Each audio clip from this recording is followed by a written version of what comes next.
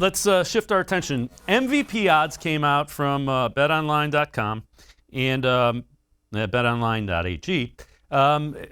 Baker Mayfield 33-1 was 13th for MVP as far as the honors go. And that sounds okay, but you look and he's around the same area as Carson Wentz and guys like that. So I think that might be even a little bit low.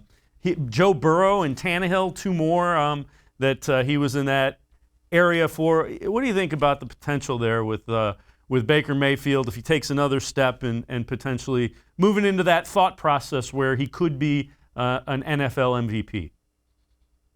I would say this when it comes to Baker. So his MVP odds, the reason why I think that, he might not necessarily get as much love as some others is because of the fact that, and it's going to sound crazy again for Browns fans, but, the rest of his team is so good, especially you're looking at the defense, the weapons that he has, Nick Chubb, Kareem Hunt in the backfield.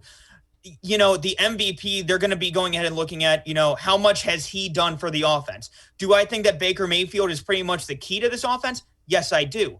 But at the same point, I think that the run game is going to be featured enough. Obviously they're going to be throwing the ball, but, they're going to be relying more on that run game, I feel. So I think that I kind of understand where they're coming from with that. The Joe Burrow stuff, I think, is going to be interesting. I don't necessarily know if I would put him up quite that high, especially coming off a torn ACL. But at the same time, I kind of understand it because, again, you're looking at Cincinnati. That defense, I think, is going to be allowing a ton of points. I think that if they're going to be winning, I think that they're going to have to rely on Joe Burrow. So I kind of understand it from that perspective. So I think that Baker, while I think his play will warrant MVP consideration, I also think that his supporting cast will also be a little bit of a deterrent for some voters in that case.